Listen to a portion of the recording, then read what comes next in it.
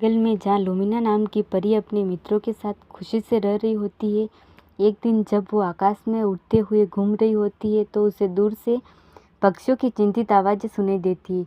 वो ध्यान से सुनती है और पता लगाती है कि जंगल में खतरनाक जादूगर है जो जानवरों और इंसानों को पत्थर बना देता है। लुमिना तय करती है कि वो इन सब को आज़ाद कराएगी। इस दौरान उसे तोता मिलता है जो उसे बताता है कि इस जादूगर से निपटने के लिए एक खास मणि की ज़रूरत है जो एक पवित्र तालाब में छिपी हुई है। यह मणि एक नागिन की मणि है।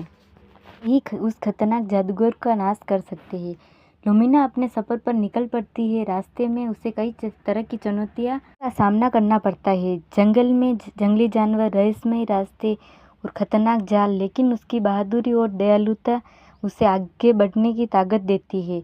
अंत में वह उस तालाब में बने शिव मंदिर के पास पहुंच जाती है, उस नागिन की चुनौतियां पार कर लेती है और नागिन नागमणि दे देती है। जब लुमिना मणि प्राप्त कर लेती है तो वो वापस जादूगर के दरवाज़ा पहुंचती है और दरवाज़ा खोलती है।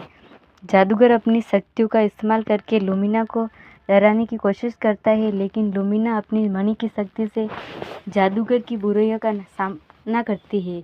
मणि की रोशनी से जादूगर की सभी जादुई शक्तियाँ कमज़ोर पड़ जाती है और धीरे धीरे हार मान लेती है। फिर लुमिना उस मणि की मदद से सारे पत्थर बने हुए इंसानों और जीवों को जीवन देती है।